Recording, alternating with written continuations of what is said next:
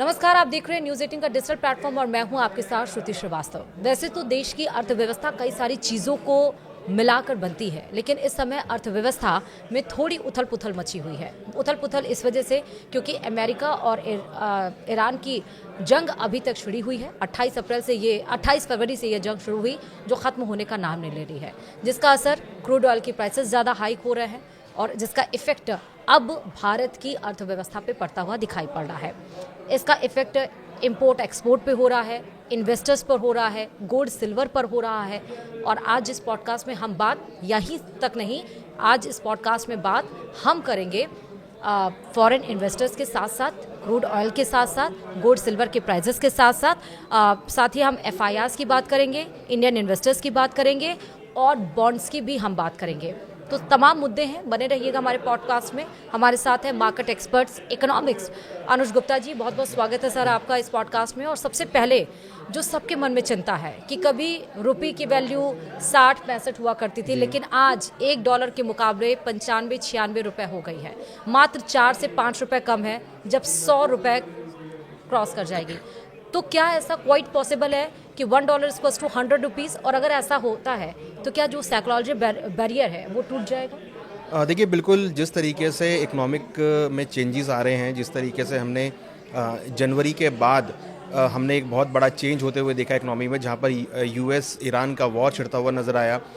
1 मार्च से हमने देखा कि एक वॉर की स्थिति पैदा हो गई थी और उसके बाद से हमने जो क्रूड था उसमें हमने काफ़ी इजाफा होते हुए देखा। अगर आप देखेंगे तो इस साल क्रूड के भाव सारी चीज़ों को पछाड़ते हुए करीबन 80% से ज़्यादा की तेज़ी यहाँ पे दिखा चुके हैं, जिसका इम्पैक्ट रहा है रुपये के ऊपर। और रुपये हमने देखा है कि यहाँ पर अगर आप देखेंगे तो ऑलमोस्ट 97 के बिल्कुल आसपास आता हुआ दिखाई दिया है। तो कहीं ना कहीं क्रूड के भाव बढ़ने की वजह से, अनसर्टेनिटी बढ़ने की वजह से, यहाँ अगर हम बात करें FIIs की बिकवाली होने की वजह से, हमने देखा कि रुपये यहाँ पर डेप्रिशिएट होता हुआ दिखाई दिया है। कहीं ना कहीं हमने देखा है कि जो एक इकोनॉमी का बैरोमीटर होता है करेंसी, वो यहाँ पर वीक होता हुआ दिखाई दे, जिसकी वजह से हम देखें तो बहुत सारी चेंजेस हमने पिछले 2 हफ्तों में होते हुए देखे हैं। बहुत सारी अनाउंसमेंट्स होती हुई देखी इकोनॉमिक लेवल पे, जो कि कहीं ना कहीं इकोनॉमी को यहाँ पर जो है अपडेट करती हुई नजर आती है। हालांकि अगर हम देखें तो पिछले कुछ दिनों में हमने बहुत सारी अनाउंसमेंट आती हुई देखी और एक्सपेक्टेशन है कि आगे भी बहुत सारी अनाउंसमेंट्स आपको इकोनॉमी के फ्रंट पर आती हुई दिखाई देंगी।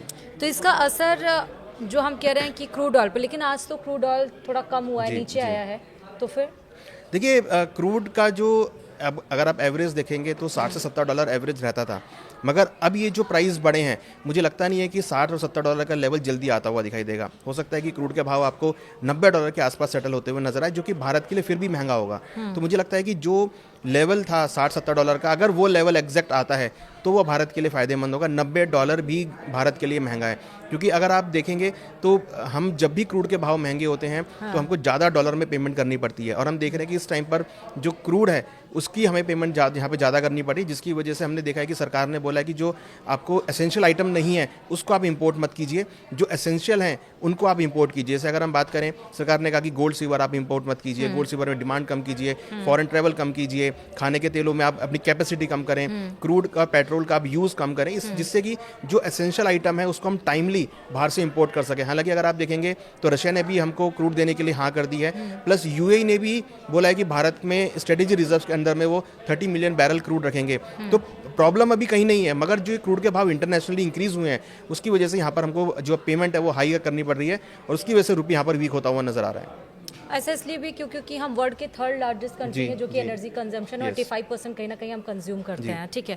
लेकिन आपने ये बताया कि इंपोर्ट हम करना चाहिए, लेकिन क्या इसका असर इकोनॉमी पर तो पड़ ही रहा है, लेकिन क्या एक्सपोर्ट्स पर भी पड़ रहा है? क्या यहाँ पर फॉरवर्ड मार्केटिंग हो चल रही है? देखिए, बिल्कुल पड़ रहा है। अगर आप देखेंगे तो, अगर मैं बिल्कुल एक लेमैन की तरह बात करूँ तो सबको पता है कि भारत राइस का बहुत बड़ा एक्सपोर्टर है, भारत मसालों का बहुत बड़ा एक्सपोर्टर है। और अगर आप अब देखेंगे तो मसाले और राइस के भाव नीचे आते हुए दिखाई दिए, क्योंकि एक्सपोर्ट नहीं हो पा रहा है, शिपमेंट्स नहीं है, प्लस जो ये प्राइस इतने ज़्यादा बढ़ गए हैं तो कहीं ना कहीं इंटरनेशनली जो है बायर है वो पीछे हटता हुआ नज़र आ रहा है। तो मुझे लग रहा है कि कहीं ना कहीं इसकी वजह से जितने भी हमारी एक्सपोर्ट आइटम हैं, जैसे राइस हो गया, मसाले हो गए, आयुर्वेद हो गया, उसके साथ कुछ मेडिसिन हो गई, प्लस जो आपके रग्स, कारपेट्स हो गए, जो हम यहाँ से बहुत बड़ी मात्रा में एक्सपोर्ट करते हैं, वो इंडस्ट्री यहाँ पे ठप होती हुई दिखाई दी है। या यूँ कहें रुपये वीक होने की वजह से, या शिपमेंट्स ना मिलने की वजह से, या किराए माल भाड़े बढ़ने की वजह से वो तरीके से एक्सपोर्ट नहीं कर पा रहे हैं। तो इम्पोर्ट के साथ साथ अगर आप देखेंगे तो जो एक्सपोर्ट का मार्केट है है जिसमें भारत काफ़ी अग्रसर है, वहाँ पर वो पिछड़ता हुआ नजर आया, जिसकी वजह से हम देख रहे हैं कि जो एक्सपोर्ट आइटम है वो हमारा नहीं जा पा रहा है। अच्छा, इससे एक सवाल और आता है, आपने गोल्ड सिल्वर कहा कि गोल्ड सिल्वर सरकार ने कहा कि मत खरीदें, 1 साल तक मत खरीदें, मार्केट क्रैश हुआ गोल्ड सिल्वर का?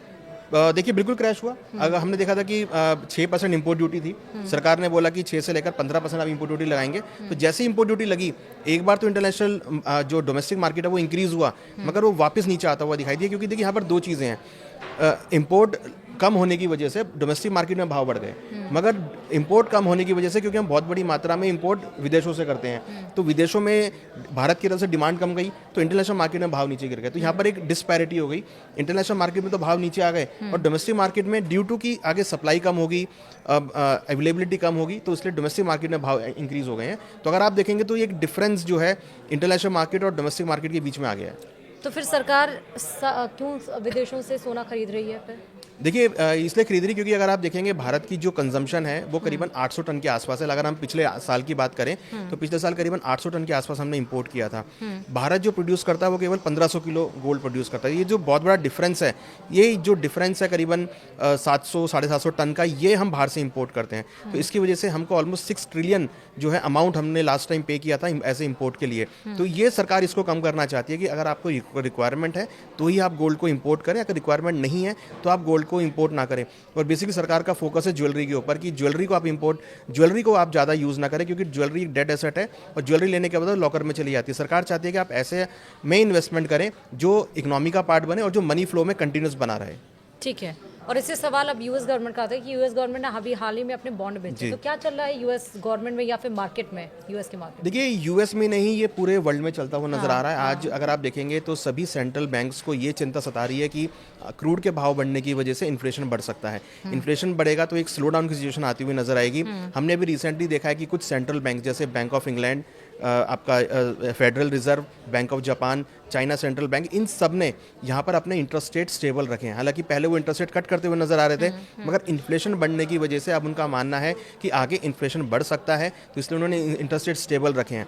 उन्होंने साथ में ये भी कहा है कि आगे अब वो इंटरेस्ट रेट बढ़ा भी सकते हैं। अगर आप चेक करेंगे फेडरल जो फेड रेट का मीटर है, वहाँ पर ये शो कर रहा है कि आगे यूएस के अंदर 70% चांस हो गए हैं इंटरेस्ट रेट बढ़ने के। इंटरेस्ट रेट अगर बढ़ेगा तो डेफिनेटली बाकी एसेट क्लास से पैसा निकल के लोग जो है करेंसी में पैसा डालेंगे या बैंक में पैसा रखना पसंद करेंगे।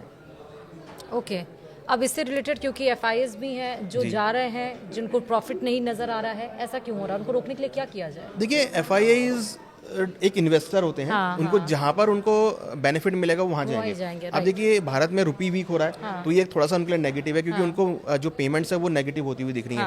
बट दूसरी तरफ यूएस का डॉलर बढ़ रहा है और यूएस में इंटरेस्ट रेट बढ़ने की बात सामने आ रही है, तो उनको पता है कि अगर वो यूएस में पैसा रखेंगे तो उनको वहां पर हायर रिटर्न मिलेंगी as compare to the other जो भी कंट्रीज हैं।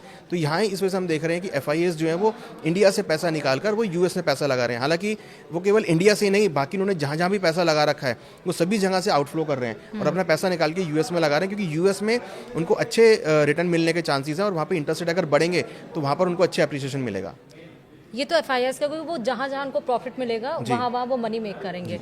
लेकिन भारतीय निवेशकों का क्या, भारतीय इन्वेस्टर्स का, वो किस मार्केट में, जापान के मार्केट में जाएं, यूएस के मार्केट में जाए, किस ग्लोबल फंड में जाकर वो इन्वेस्ट करें? देखिए अभी अगर आप देखेंगे तो पूरा ही ग्लोबल मार्केट जो है वो इस वॉर की चपेट में आया हुआ है। चाइना भी यही कह रहा है कि इन्फ्लेशन का डर है, यूएस भी यही कह रहा है, बैंक ऑफ जापान भी यही कह रहा है, यूरोपियन सेंट्रल बैंक्स भी यही कह रहे हैं, बैंक ऑफ इंग्लैंड भी यही कह रहा है, सभी यही कह रहे हैं कि आगे चलकर इन्फ्लेशन का डर होगा। मगर कहीं ना कहीं इंटरेस्ट जो है वो आपको यहाँ पर यूएस में बढ़ते हुए नजर आ सकते हैं। हालांकि यूएस जो है अपनी इकोनॉमी में एक बड़ा अमाउंट भी यहाँ पे पंप करता हुआ नजर आ रहा है, तो प्रोबेबली हो सकता है कि आपको आने वाले दिनों में यूएस की मार्केट में एक बाउंस बैक आता हुआ दिखाई दे। हालांकि इंडिया की मार्केट को कोई ज़्यादा फर्क नहीं पड़ेगा, क्योंकि India is the biggest consumer.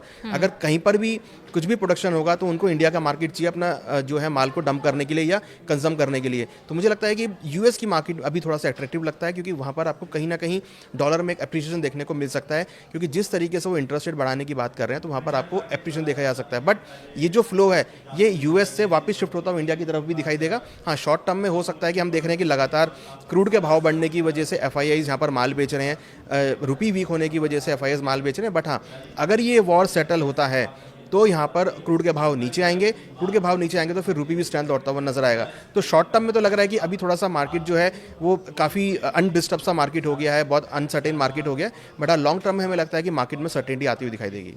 और हम बहुत बात कर रहे हैं कि पेट्रोल डीजल से पोल्यूशन बहुत ज़्यादा हो रहा है, अब हम पहले सीएनजी, अब हम ईवीज़ की तरफ शिफ्ट हो रहे हैं, लेकिन सबसे बड़ी समस्या ये है कि चार्जिंग पॉइंट्स पेट्रोल पंप पे नहीं है। लोगों के अंदर पैनिक है, ईवी ले लिया, चलते चलते गाड़ी अगर रुक जाए तो कहाँ जाएंगे। तो इसको सुधारने के लिए क्या किया जाए? जहाँ तक हम बात करें ईवीज़ को लेके, तो हमें लगता है कि अभी हमने रिसेंटली ऑटो सेल्स के नंबर आते हुए देखे जिसमें ईवीज़ का काफ़ी अच्छा पार्टिसिपेशन देखने को मिला। हमने देखा कि लोगों ने ईवीज़ को जमकर खरीदारी करी है। ईवीज़ के अंदर टू व्हीलर हो गया या अगर हम बात करें फोर व्हीलर की या एसयूवीज़ की, तो काफ़ी अच्छी वहाँ पे बिक्री होती हुई नजर आई है।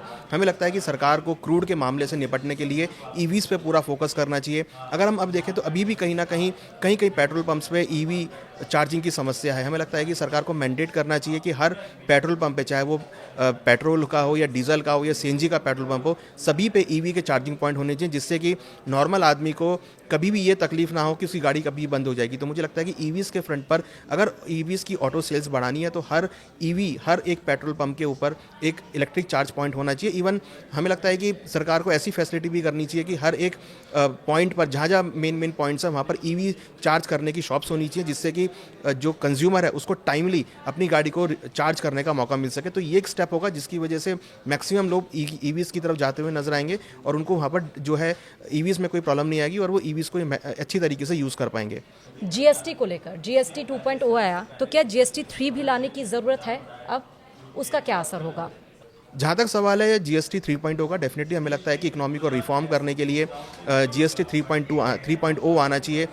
हमने देखा था 15 अगस्त 2025 को प्रधानमंत्री मोदी जी ने लाल किले की प्राचीर से जीएसटी 2.0 का रिफॉर्म का अनाउंस किया था। हमें लगता है कि इस बार भी जीएसटी 3.0 का अनाउंसमेंट हो सकता है, जिसमें एमएसएमई को सस्टेन करने के लिए, एमएसएमई को सपोर्ट करने के लिए ये अनाउंसमेंट हो सकती है। हमने लास्ट टाइम देखा था कि जीएसटी के आने के 2.0 के आने के बाद मार्केट में एक अच्छा रिफॉर्म आता हुआ दिखाई दिया था। हमें लगता है कि जीएसटी 3 भी अनाउंस होना चाहिए। यहाँ पर एमएसएमई को लेकर, रिटेल शॉपकीपर्स को लेकर, छोटे दुकानदारों को लेकर, कुछ ऐसी एसेंशियल कमोडिटीज़ को लेकर जहां पर सबसे ज़्यादा यूज़ हो सकता है, वहां पर जीएसटी के प्राइसेस को रिफॉर्म करना चाहिए और जीएसटी की दरों को रिफॉर्म करना चाहिए, जिससे कि इकोनॉमी को सपोर्ट आता हुआ नजर आए। तो हमें लगता है कि जीएसटी 3.0 यहाँ पर अब नेसेसरी बन रहा है। आने वाले दिनों में हम एक्सपेक्ट कर रहे हैं कि जीएसटी 3.0 भी यहाँ पर देखने को मिल सकता है। अच्छा, अब अनुज जी, मेरा सवाल ये है कि क्या कर सकते हैं हालात को सुधारने के लिए, इकोनॉमी को सुधारने के लिए? जहाँ तक इकोनॉमी में डेवलपमेंट की बात है, हमें लगता है कि सरकार, या अगर हम बात करें तो इंडिविजुअल्स को भी, इन्वेस्टर्स को भी, रिटेलर्स को भी अपनी जो इंटरनेशनल कंजम्पशन है उसको कम करना चाहिए, जिससे कि हमारा फॉरेक्स रिजर्व यहाँ पर मेंटेन हो सके। अभी हमारा जो मेन ऑब्जेक्टिव है वो फॉरेक्स रिजर्व को लेकर है। अगर हम कम से कम इंपोर्ट करेंगे तो हमारा फॉरेक्स रिजर्व यहाँ पर मेंटेन होता हुआ दिखाई देगा। जितना ज़्यादा हम एक्सपोर्ट पर ध्यान रखेंगे, हमारा वहाँ पर फॉरेक्स रिजर्व मेंटेन होगा। तो फिलहाल हमें लगता है कि अभी इन्वेस्टर्स को या रिटेलर्स को या कस्टमर्स को ऐसे प्रोडक्ट यूज़ करने चाहिए जो वोकल फॉर लोकल हो, जिससे कि हम कम से कम अपनी डिपेंडेंसी इंटरनेशनल मार्केट पर लगा सकें और जिससे कि हमारा जो फॉरेक्स रिजर्व वो मेंटेन हो सके।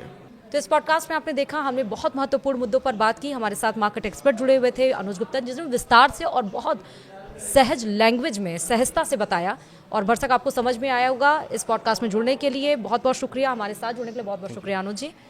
देखते रहिए न्यूज़ 18 राजस्थान। नमस्कार।